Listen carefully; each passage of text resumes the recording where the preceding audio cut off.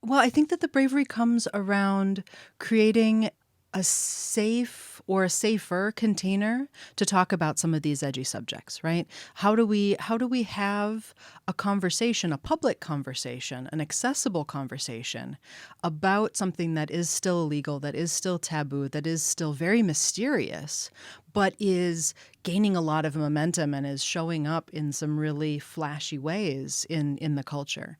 And the psychedelic movement is sort of in this in-between place right now where the science is solid, the medicine is on its way, and there's still a lot of questions in the public. Welcome to the Worth the Fight podcast, where we bring you powerful conversations surrounding the sensible and therapeutic use of psychedelics and plant medicines towards healing trauma. I'll introduce you to guests who, through their own personal journey and transformation, tell the Worth the Fight story. I'm your host, Matt Simpson, author of Worth the Fight, Acting for a Better World, a guide to spirituality, psychedelic medicines, and overcoming trauma. Thank you for listening. Hello. Here we are, Worth the Fight podcast number 31. Our next guest is Day HJ.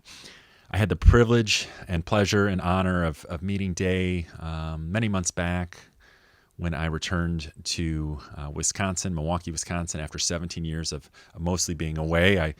I reached out to the psychedelic societies and I've connected with folks here in Milwaukee and Madison in the great state of Wisconsin. And Day and I have had I'm just wowed and proud of her work and her expression and the way that she thinks and the way that she challenges ideas. And in our conversation, we talk a lot about these, Day's got a really strong pulse on what's going on in the psychedelic renaissance, the psychedelic movement, and the conversations that we should be having, and the conversations that are around the corner. And, if these are going to be legal medicines for medicinal use in the coming years, with MDMA assisted psychotherapy in phase 3 clinical trials with our federal government, we're going to have to start integrating and having some of these tough conversations. And Day she's got a pulse on these conversations. It's a very hopeful conversation of where we're heading as a people, and what's going on right now with COVID-19 fear virus. We cover that as well.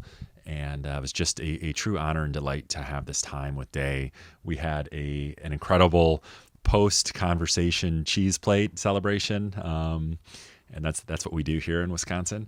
But it was a delight to share that with her as well. And she hosts online, where they were doing the meetings in person, but there's an online psychedelic gathering that is happening on May 28th.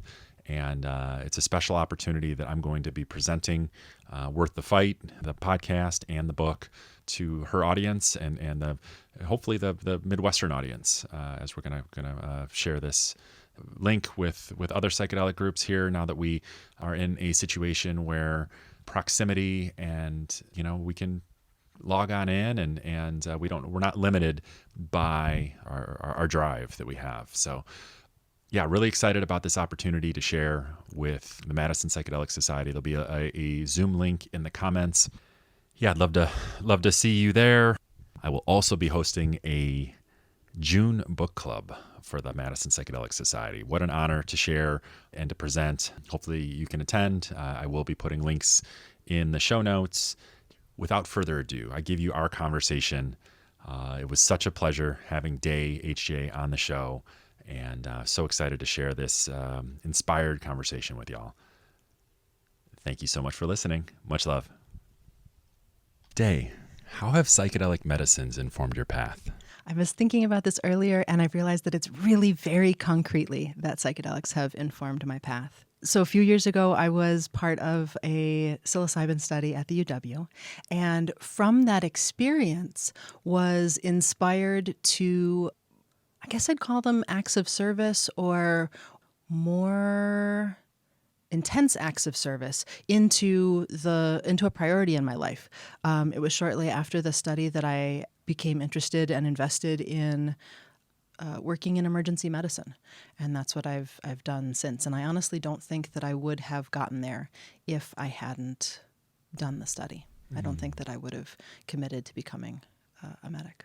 Wonderful. Yeah. Wonderful that there's some clarity there and this experience has affected you in a positive manner. The UW study, just for the sake of our audience, can you talk us University of Wisconsin? Yep. And what did the study entail? Yeah. So University of Wisconsin, Madison, it was a pharmacokinetic study. So that means that they were studying the way that lab-created psilocybin moved through the human body. And this was adjunct research in the phase 1 trials that have been going on through the FDA around psilocybin. So this was a study that was looking at the physiological effects of the psilocybin more than the mental, emotional, or psychological effects.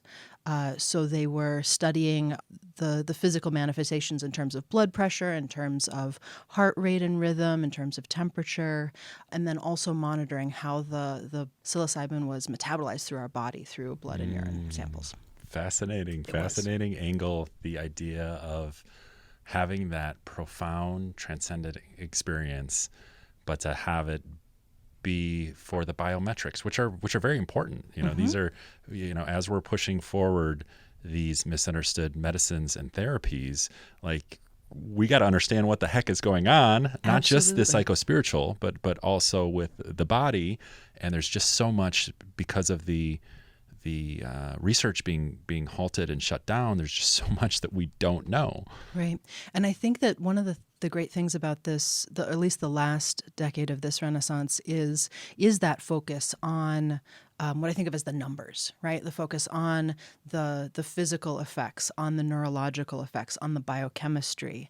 And it lays really strong and reasonable foundation work for us to now begin to, I think, put more trust and more legwork into the qualitative experience of these things. Because, for instance, my study was actually not about the mystical experience whatsoever. That was not the point of the study.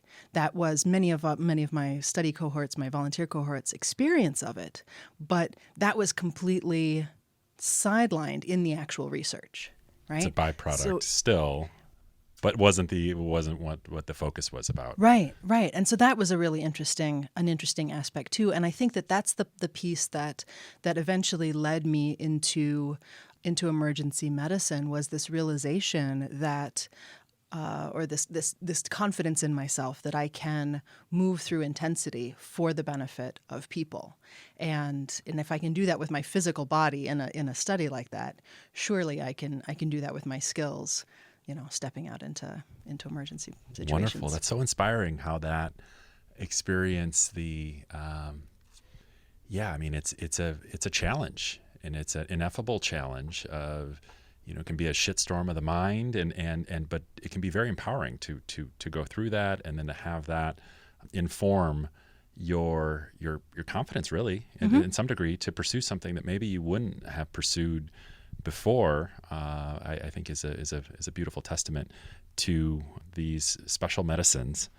The further, because we've connected a few months back, after my return home to Wisconsin after 17 years of mostly being away. And it's been really special to have this connection with you and to tap into and get into the know of what's going on in my home state of Wisconsin. And I've been away for a long time and kind of close with Chicago and I spent some time out in Los Angeles last year. But to really be here has been really special, and to come across the work that you're doing with the Madison Psychedelic Society and the Milwaukee Psychedelic Society that's being done here. Having gone to a few meetings, it was really, for me, it was really special. It's like, whoa, I've been away and I've had so many insights, but these are my people, especially with what's going on with COVID-19 fear virus and being home right now during this sacred pause that we have has been tremendous for me, and it's been wonderful to connect with you here, Day. And can you share a little bit about the inspiration of and why community and bringing people together is so important? This wonderful work that you're doing it's really brave, pioneering work. Well, I think that the bravery comes around creating a safe or a safer container to talk about some of these edgy subjects, right? How do we have a conversation, a public conversation, an accessible conversation about something that is still illegal, that is still taboo, that is still very mysterious, but is gaining a lot of momentum and is showing up in some really flashy ways in the culture. And the psychedelic movement is sort of in this in-between place right now where the science is solid, the medicine is on its way, and there's still a lot of questions in the public. And there's still a strong tradition of psychedelics as street drugs, and it's being used for all different kinds of things. And there's this resurgence of interest and information in spiritual use and indigenous use and the history of these psychedelics. So I really see psychedelic societies and the public conversation around the psychedelic movement as key to holding those conversations in primacy, because we know that Western science could very easily take this and just make it into one pill, one therapy. And psychedelics are so much more multifaceted than that in terms of their cultural origins and their cultural influences. And all of that needs to be honored. So the public conversation is key for demystifying and making this a more normal and a less fearful subject. I think it's really key in taking the teeth out of some of the misinformation that's passed along.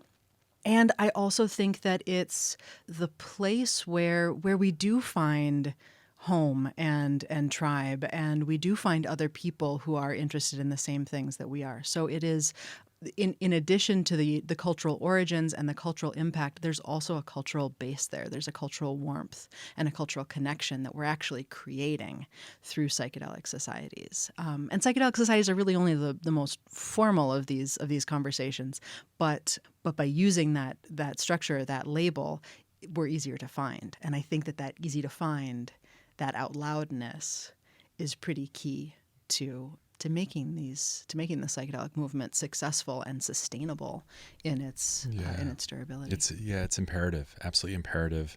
And thank you for sharing, and your words are very eloquent. The inspiration is definitely flowing through.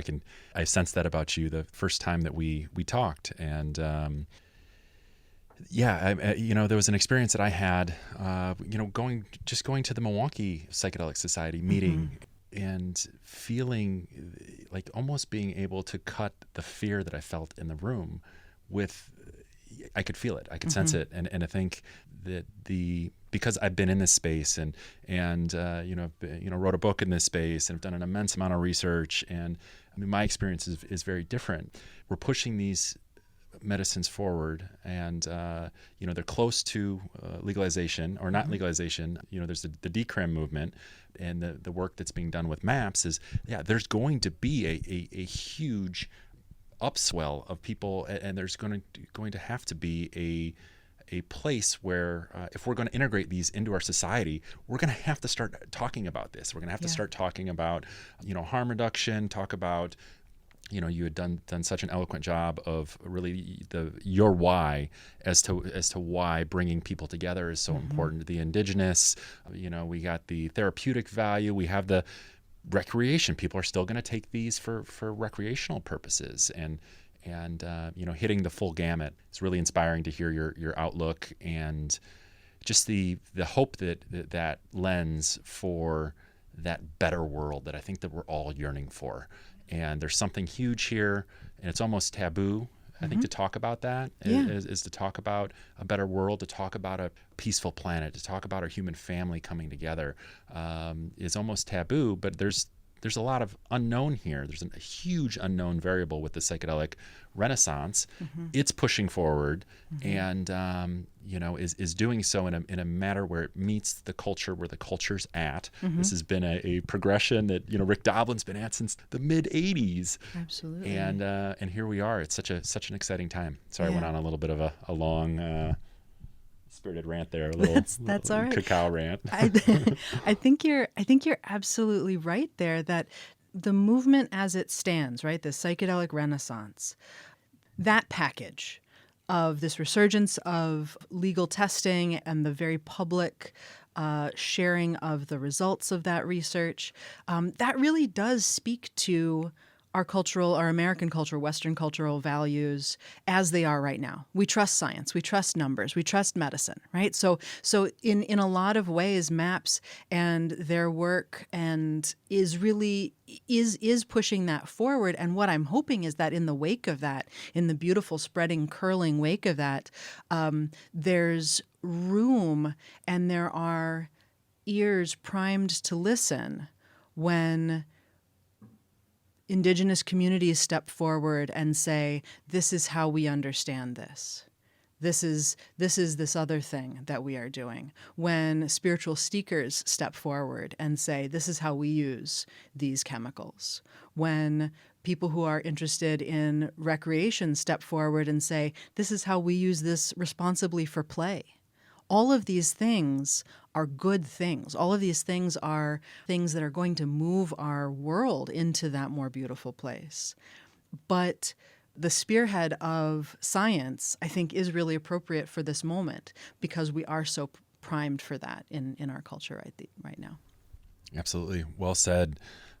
So exciting, the pace car and that MAPS is providing, and I love how you worded all the beauty that's going to come in the wake of that, and being able to see things and to present things. We are amid a mental health crisis in terms of 1 in 4 of us on psych meds, which I think a lot of people wouldn't call that. That's just the normal. But depression rates are soaring, suicide rates are up from ages 8 to 80, anxiety, PTSD. I think 8% of us have PTSD at any given time. Our war veterans, they are in a really tragic situation with 22 war veterans that die by their own hand each day.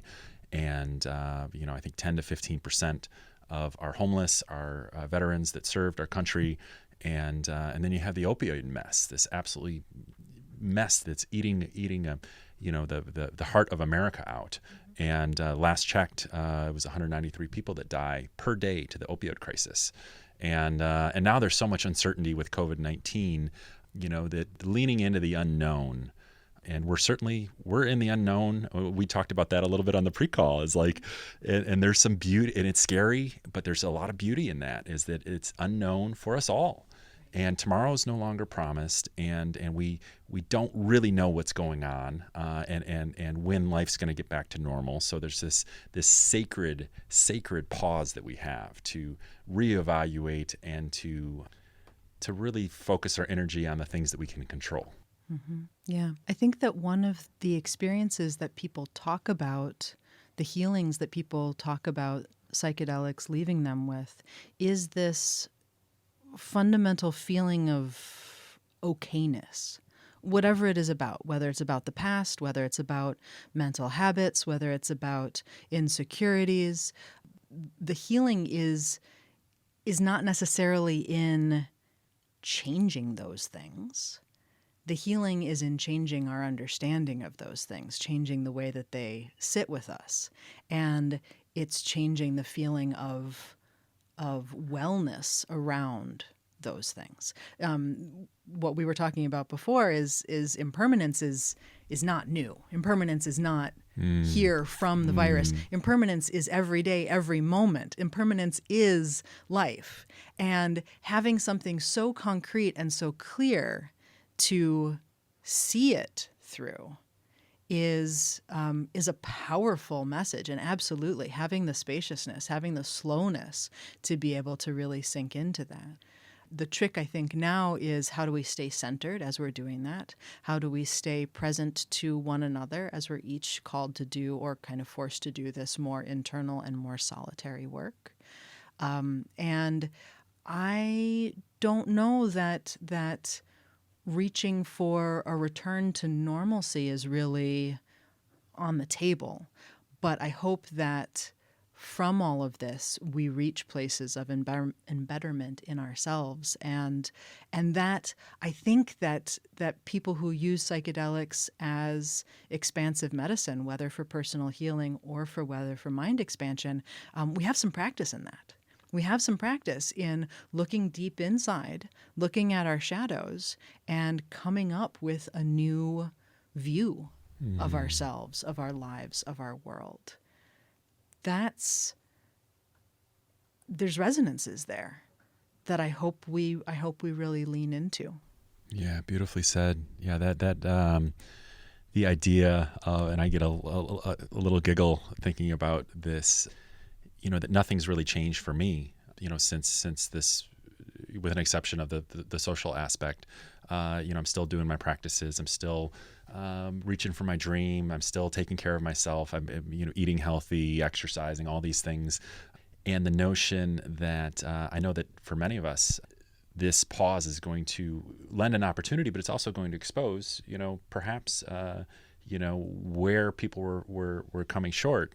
But the idea that, this is something I guess I've been asking for with all my social media posts and the book is like, hey guys, let's wake up. Let's wake up.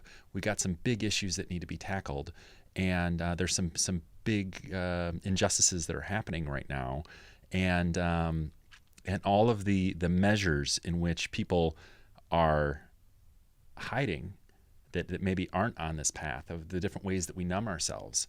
That there's that opportunity, that there's an even playing field. I guess that's my really long-worded way of getting to that whole idea that our mortality's on the front burner for us all. And with the uncertainty of tomorrow that we talked about, the impermanence, change is the one constant in the known universe. I think that's an Einstein, and here we are. Absolutely. And I mean, again, bringing it back to psychedelics, I think in people who are experienced in expanded mind states, how do we transform that? How do we use that? How do we use the skills that we have? Activism. I love that. Yeah. Well, there are some schools of thought that say that psychedelics and the experience of expansion is really just like a pump priming. Maybe you do it once in your life just so you know what it tastes like, just so you know what it feels like to be that open, because it's not like that experience lives in that molecule. That experience doesn't live in that plant. That experience lives in you. And find it once and you can always find your way back to it. And I think that the more that we are clear about that, about our own capacity, the more that we are committed to our own expansion and discovery, and the more that we trust our learning curves that way, the more that we won't fall into the trap of thinking, oh, if I just have this medicine, then I'll be well. If I just have this medicine, then I can change the world. This is just a door. It's just something to give us that insight, the catalyst. Vision. Yeah, absolutely. The idea of it as and my messaging has shifted towards, and my understanding is just life circumstances as organically, that idea of the peak experience as a powerful intervention. And a lot of people are stuck. And the idea that we can have this weekend retreat with ayahuasca, or we can have this peak experience with psilocybin, or many of the other really powerful compounds, and the insight that can be gleaned from that, and how that insight can help us. But really, that's when the journey begins: is how do we integrate those insights of that best version of yourself that you see? How do we integrate that into our world, and ultimately pointing it in hopefully, and and this is my hope and prayer, that we're shifting the narrative and shifting the conversation where people are having these experiences and pointing them in the direction of serving others, because there's enough people that are hurting. That was pre-COVID-19 fear virus. There was a lot of people hurting. And now we're in these uncertain times, economically, and with more loss potentially on the horizon. That finding someone else to be of service to, and finding a word, as Simon Sinek would say, a just cause, or as I would say, a worthy fight to engage. Now's the time. Now's the time, but it's not the first step. I'd like to dive into this and unpack this with you a little bit, because I fully agree that integration and service and moving our expanded understanding into the world, that's the end goal. But before we can do that, we have to translate for our own selves. We have to articulate for our own selves what's going on and what we're doing there. Because if we don't have that articulation of vision, the vision stays really nebulous and stays really ephemeral. And this is a really tricky thing, because the experience of expansion, whether it's from a psychedelic or whether it's from another experience or another path, is by definition ineffable. It is unspeakable. It's this incredible mystical experience, right? You can't actually experience it, or you can't actually describe it. And words do it no justice. Words do it no justice. And many people talk about how when they're actually in the experience, not only do they not have words for it, they don't have words.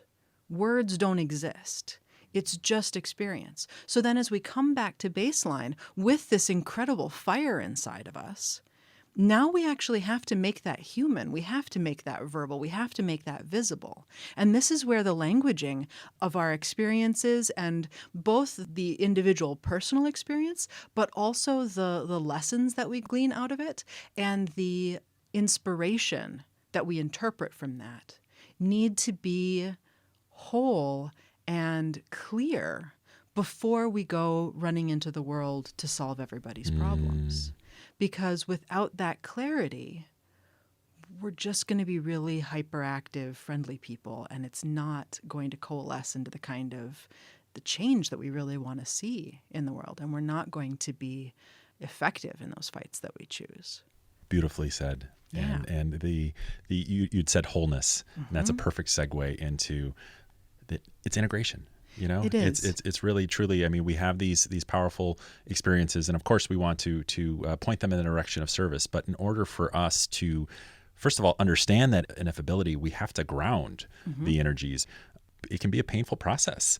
Was for me the idea of having this vision of a better man, and being of higher service and serving humanity, but then the fact that, hey, I'm still a guy that's got all these bad habits, and I'm struggling with this and I'm struggling with that. How do I make that happen? And that period of integrating the ineffable every day on the meditation cushion, taking time in nature, doing yoga, journaling, all these powerful practices, meditations with cacao. We have a lot of cacao here on the table, and all these incredible opportunities that we have are these integration is such a buzzword of late that I've noticed, and I love that, because I think that's a testament to the growth of and how we are shifting the story. That, hey, it's not about the psychedelic experiences. How are you integrating that to be, how are you grounding those insights to be healthier, happier, stronger, more fit for yourself, your loved ones, and your circle of influence, and our world, and the natural world, which often these experiences connect us to just how connected we are to the natural world. Anytime a phrase goes from a descriptor to a buzzword, I start getting very nervous around it, because when we hear something enough, especially from one particular field, we start assuming that we all know what that means and that we all mean the same thing. And I think that this is this important part about articulation, that we're not falling into the trap of all assuming that we know what integration looks like for everyone. That we don't assume that my integration looks like your integration, or my service looks like your service. Not that they don't dovetail, not that they don't come from the same place, not that they aren't actually exactly equal in value, just that we want to keep that, like, again, it's the beginning of the conversation. I find myself, especially as I'm in these public conversations and leading these groups, I find myself more and more becoming really aware of what are the words we're using to actually describe these things. Love that about you. I really What do. I'm so impressed with that. Sorry to cut you off. It's so important. It's so important because even in these in-group discussions, there's misunderstandings. When people talk about, service, and one person's talking about volunteering in a soup kitchen, and the other person is talking about organizing multiple groups to eventually overthrow capitalism. Those are both service. But if we assume that we know what people are talking about, we're going to keep tripping over ourselves over and over again. And we're going to miss the real intricate beauty of living in such a multiplex sort of world. So I become very aware in the psychedelic movement. I mean, even calling it the Psychedelic Renaissance, that's a branding tool, right? Like, that's trying to make it look like one thing. And if we all start using that terminology, we're all buying into that, and that might be cool if we're actually all in on that. But we should be clear and articulate that we actually are.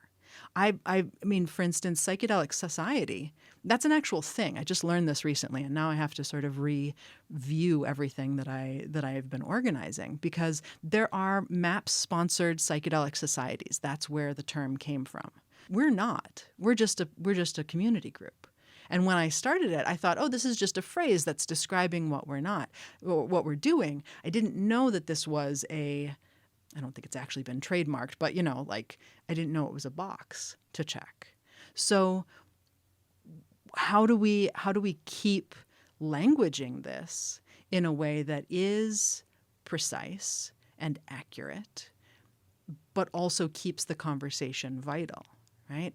I have a lot of questions when I start hearing the same phrases, and we had even talked about that. Things like peak experience, things like integration circle.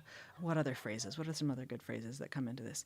Even set and setting, right? Like these ideas that are fairly core to the psychedelic Renaissance, but do we all have the same idea of what they are? Do we all want the same things from those?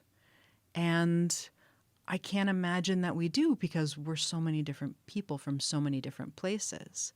And as much as I love that there is a spearhead and that there is a bit of a framework. Yeah. It's going to have to translate into the million different communities, into the trillion different experiences that are each one of our own experiences. And how ridiculous would it be if there was one right way to expand your mind? Mm-hmm. That's absurd.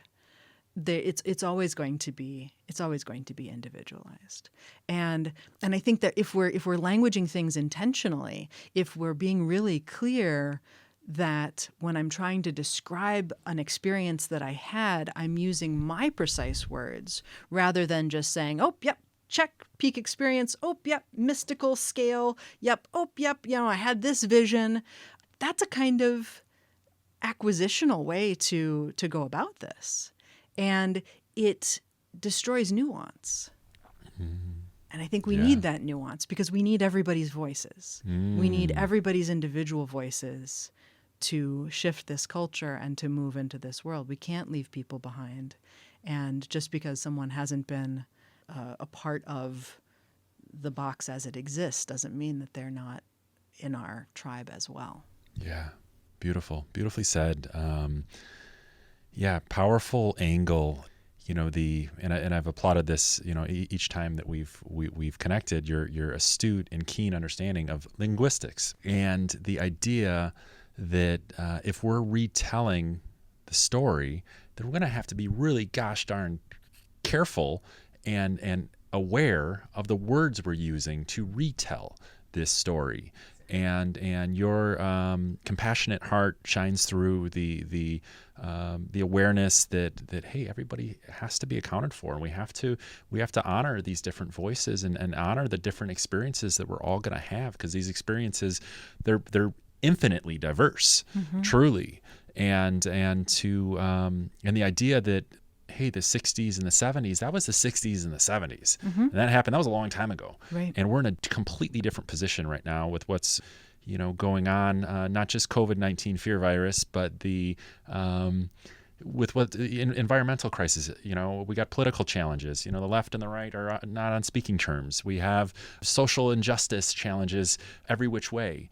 And so I really want to applaud your understanding and your commitment to making sure that people have a voice, and that people are spoken up for, and that all of us are, you're beating that drum of self-awareness and intentionality. And I don't think that drum can be beaten enough.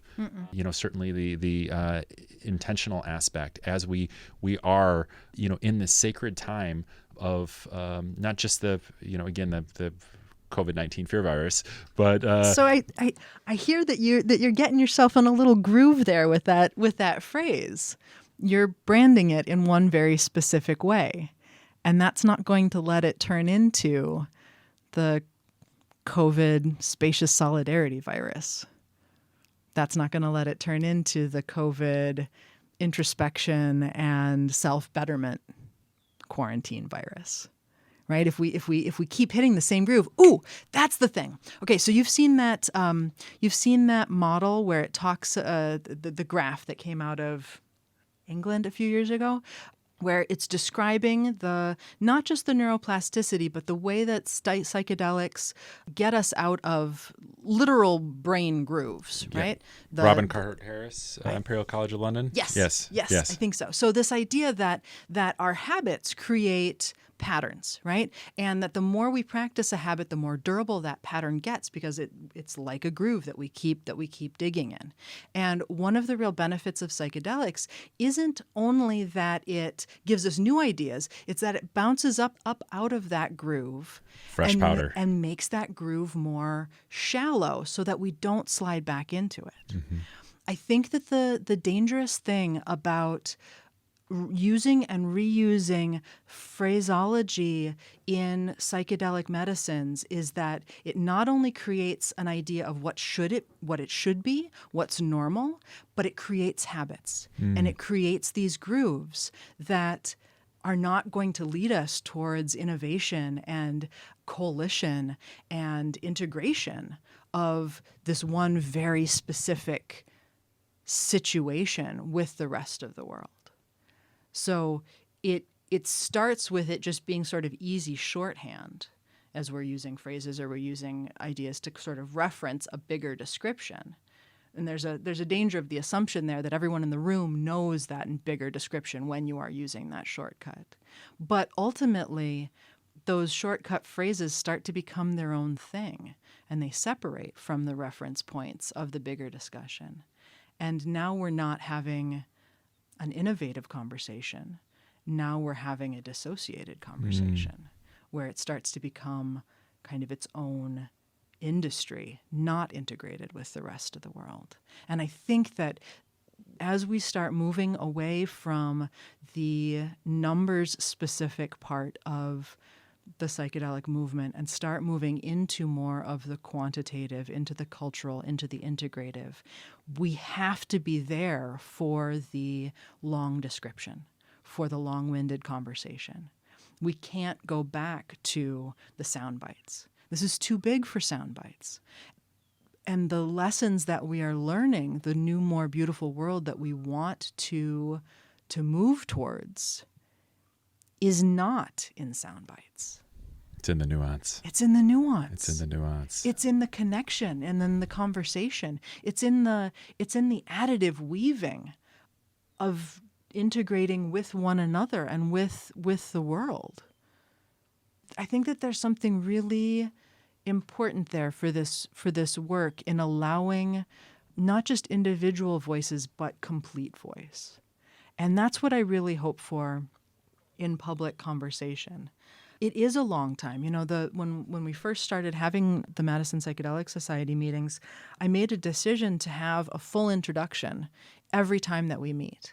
So even if it's the same 15 people, though it's never the same 15 people, we go through at the beginning of our meeting everyone has a chance to introduce themselves and to say a little bit about what brought them there.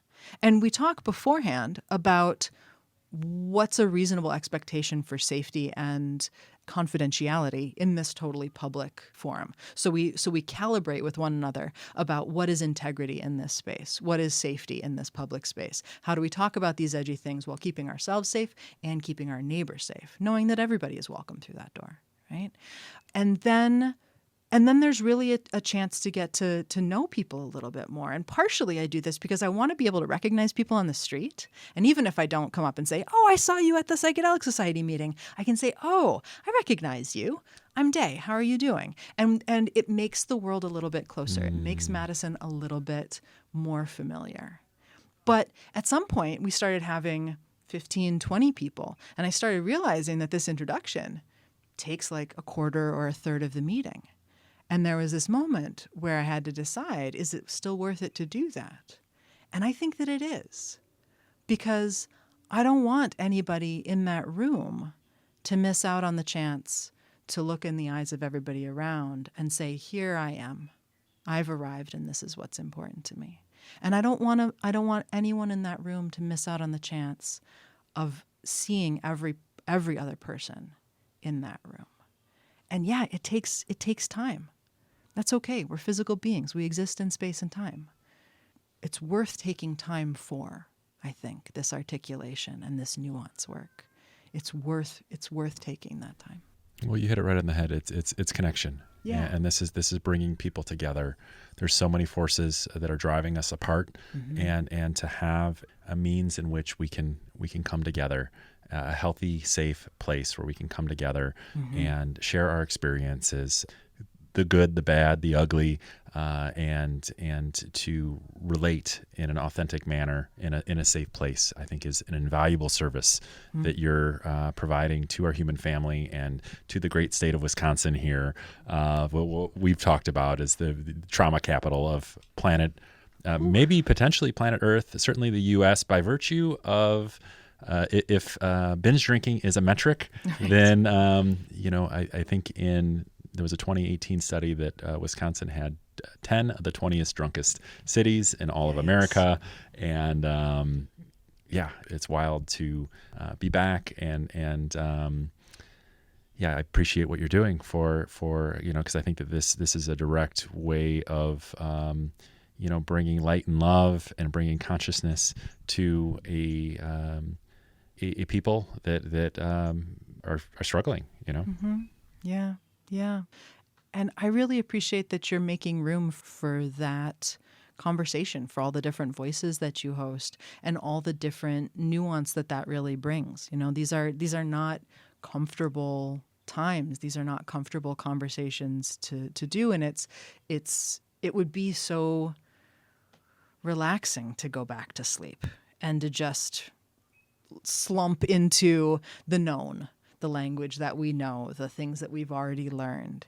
And I think if anything, the psychedelic movement urges us to keep being curious and to keep going farther. So I really appreciate that you let me have conversations with you and challenge some of your ideas. Oh, I love it. I absolutely love it. I love it. Yes. Disagreeing with you about word usage. Yeah, no, I appreciate that. And that's been an unforeseen 30 episodes into the podcast, I tell people, like, it's been an unbelievable tool for personal growth and an opportunity to meet all these incredible people and have these conversations and to have my ideas challenged. And this is a truly a special time to test ideas. And I would be the first person to say, I don't have all the answers, and I don't think that I have it figured out. But to continually iterate upon ideas, and sometimes my ideas are shit, and I'm okay with that. And because I know that we do our best, I just put a post out the other day, the whole idea that diversity of thought is the engine of progress, and just that need more than ever before, I think, to honor that diversity and to realize how beneficial. I mean, fundamentally, that notion is under the assumption that we have a blind spot. and we do. I think we have a blind spot on the micro and the macro level. Totally. And when we keep these conversations diverse, that is the antidote to that blind spot. It allows us to see things objectively.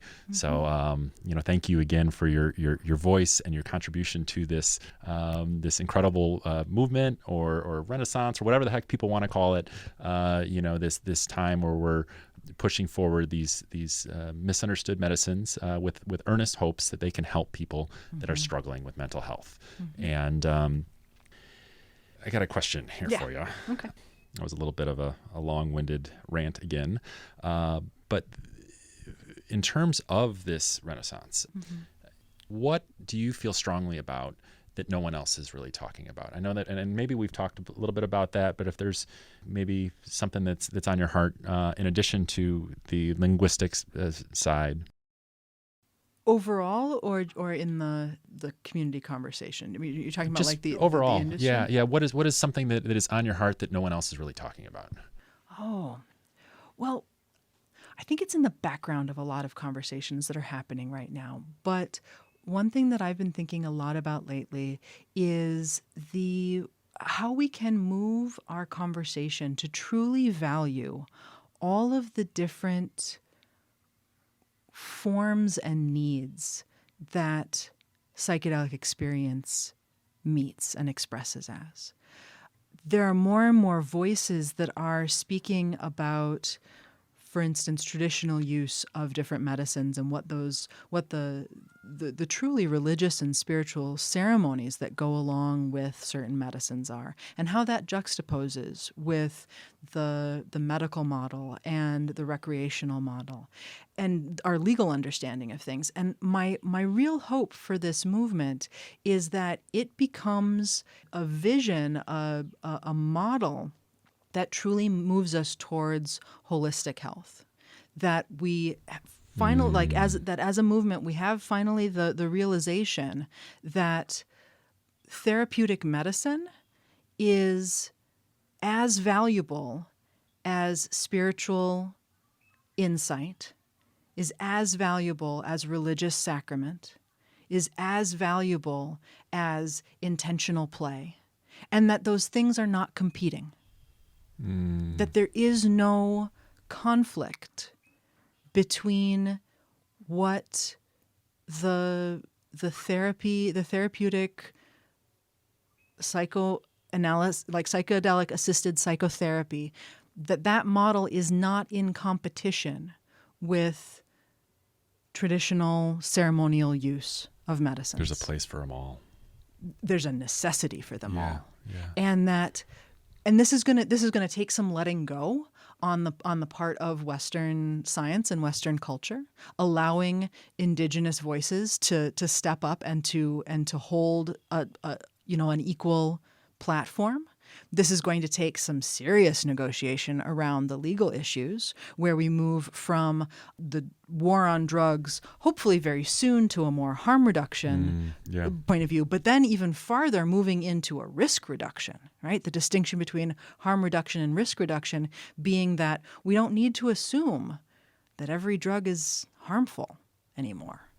There are ways to use I haven't heard that. all of these I haven't heard that responsibly and safely. And even things, the opioid crisis is terrifying, especially in its implications for the pain that our human family is in.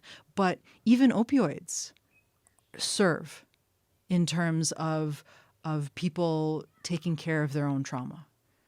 It's not a sustainable necessarily service, but it's often needed. So all of these things are needed and good and should be on the same table. They don't need to overlap. They don't need to take up the same room.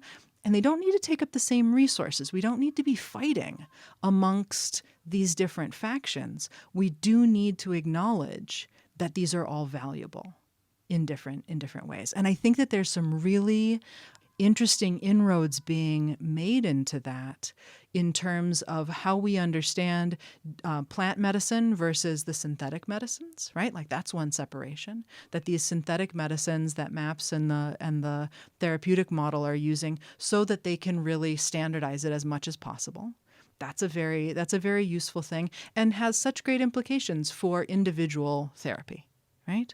Then there's plant medicines, which, because of their deep grounding in ceremonial use in indigenous traditions, are both really culture specific, but also have a real grounding in connection with plant and planet.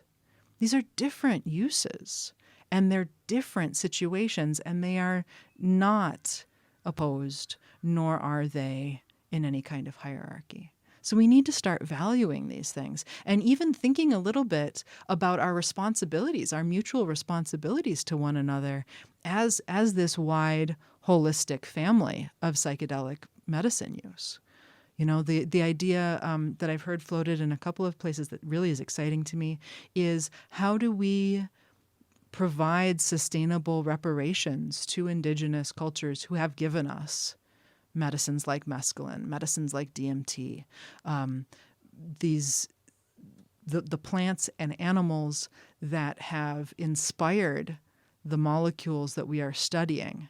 How do we give reparations and thanks to the people who steward them in the real land? This is not like theoretical or Pollyanna stuff. This is, how do we support these people, these cultures, these tribes?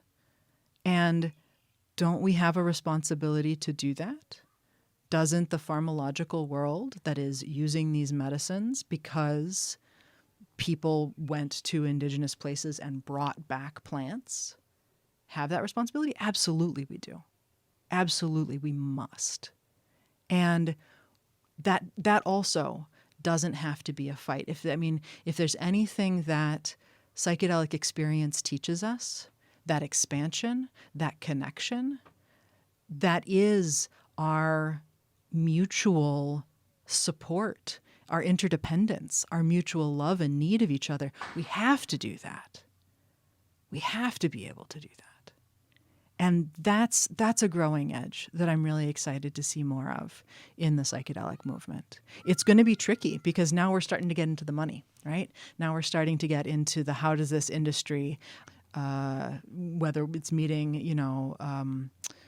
pharmaceutical companies, whether it's meeting a whole track of how we train and pay for therapists, like it's going to start getting a little clutchy around that.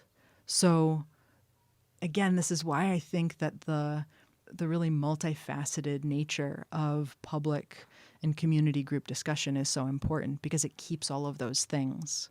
In the Madison Psychedelic Society, there are a couple of us who are part of this medical model study, right? There's a couple of people who have experience with that. And there's so many more who have gone to Peru or gone to Jamaica or gone to someplace where medicine is not illegal for spiritual experience there. And then there's so many people who have experience with domestic street drug use, right? All of these different things are priorities for people, just at the different access points that we've had and the different ways that we've found ourselves to these realizations. All of these things need to be on the table at the same time. I love it. I love it.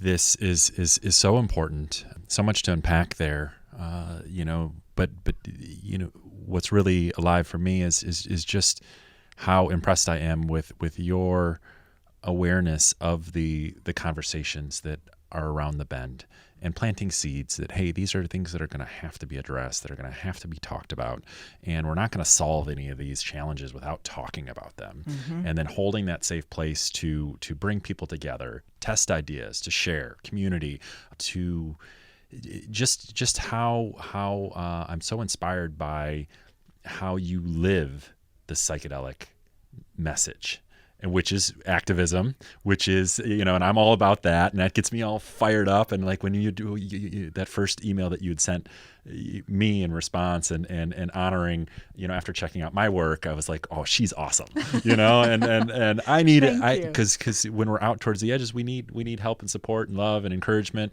and I'm super inspired from your expression and the value that you're bringing to these so many, again, the multifaceted, but just the idea that you're you're living the psychedelic message, and you're being that change, and imparting that to others is an invaluable service. So thank you so much for holding that space, and for all that you do for this movement and for the Renaissance and for this better world that we're trying to create. And I think that that's more neutral and aligned with all of our hearts. And we've had, talks about where is this heading? And, the idea that I think that we're heading towards a peaceful planet. Our human family coming together, and this is the kind of the early stages. Rick was on the show, Rick Doblin, Worth the Fight podcast number 10, and we'd forecasted that 2035 would be the year that we'd see a post-prohibition world where that all of these conversations have been honored. These medicines have been properly integrated into our world.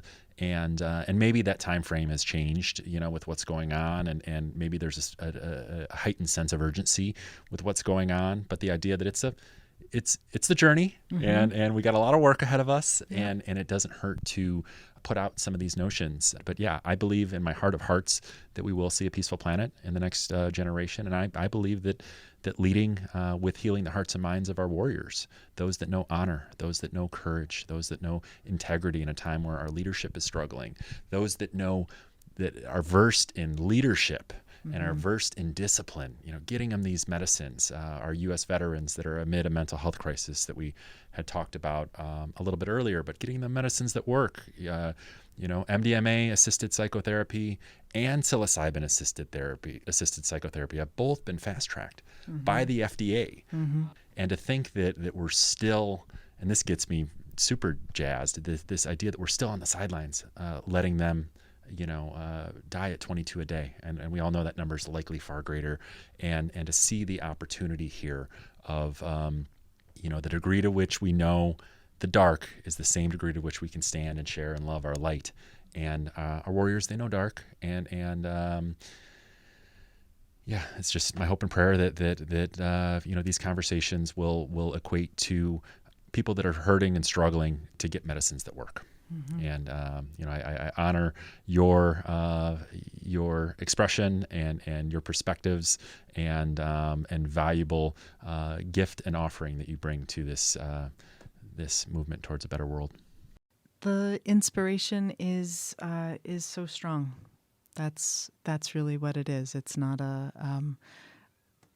I think that when we've had experiences and insights that really change our own understanding of ourselves in the world, it's the only reasonable thing to do next, to go out and meet the world as that change. And we've laid out an outline of how to do that. And how to be the best versions of ourselves. And thank you so much for taking this time. Thank you. Again, it's been so wonderful connecting with you these past many months. And this has been such a thrill to have this conversation and to share your high vibe insights and novel way of looking at the world. Thank you very much for having me. Thank you so much for hosting these conversations. It's really a wonderful contribution to the wider conversation. Thank you. Thank you so much for those kind words. Is there a place where people can get involved? Is there a So or how do they get involved? They get involved by certainly by joining the Madison Psychedelic Society. If you're in the area, we have a meetup page and also a website that has all of our calendar of events. These days, all of our events are online, and so anybody anywhere can join in. Doing Zoom calls, correct? Doing Zoom calls, yes. Yes. We at least have monthly meetings, but we also have book club meetings. We also have smaller meetings. Yeah. Both of them, I think that's a fun service to offer. Yeah, absolutely. There's so much that can be taken from these books that people are putting out and these ideas and it's fun to have a group full of people who have all read the same thing, throwing down about too. stuff. Like we all have time. Like, hey guys, exactly. Read Put your earbuds on and listen to the book. Yeah. But I would also really encourage everyone everywhere to find the community around them, to engage in the public conversation, and to find those public conversations that do hold integrity. I have heard a lot of activists talk about how now is the time to come out of the psychedelic closet and everybody just say what you're into. And I know that that's not safe for everyone. I know that it is only a privileged few of us that can speak out loud and really disclose that. So I think that if you do have that privilege, that is an excellent service to offer people. The key word, it's not going to be for everybody. No. But finding the public conversations that are holding themselves in integrity, so finding the local psychedelic society, I think is a wonderful way to get involved with that on a local level, because it does make our worlds closer and sweeter to be able to see the faces of our tribe just out throughout our days too. Thank you so much for sharing that. Thank you so much for sharing your time, and really grateful to have you here. Grateful to be here. Thank you so much. My pleasure. Thanks. Wow, what an honor having Day on the show to share her wisdom and insight and perspectives with all of y'all. I will be putting the links to the May 28th presentation where I'll have that honor, special honor to present the Worth the Fight mission and message of hope and healing to the Madison Psychedelic Society. I'll be putting that in the show notes. That'll be May 28th from 7 to 9 Central Time. And I'm also going to be hosting a book club with Day for the Madison Psychedelic Society on Wednesday, June 17th from 6 to 8 Central. And again, there'll be links in the show notes. And please register if this resonates and you're interested in getting involved. We'd love the support. We got a lot of a fun night planned for the 28th, and we're really looking to have an engaging presentation, sharing this work, some provocative ideas, and iterating on those ideas, and further getting this mission and message of hope and healing out to our human family. Thank you so much for listening. Thank you so much for the love and support. Till next time, peace. This has been Matt Simpson of the Worth the Fight podcast. Thank you so much for listening. You can learn more about our mission of hope and healing at worththefightbook.org. Please rate, review, and share this episode. Please help us expand our circle of influence and get these vital conversations out to our human family. Also, if you are in a financial position to support the show, you can help us push forward these conversations with monthly donations on Patreon. This podcast is a tremendous amount of work for me, and I have stellar guests in the queue. Please help if you can. Thank you for listening to this programming. Much love, y'all. Peace.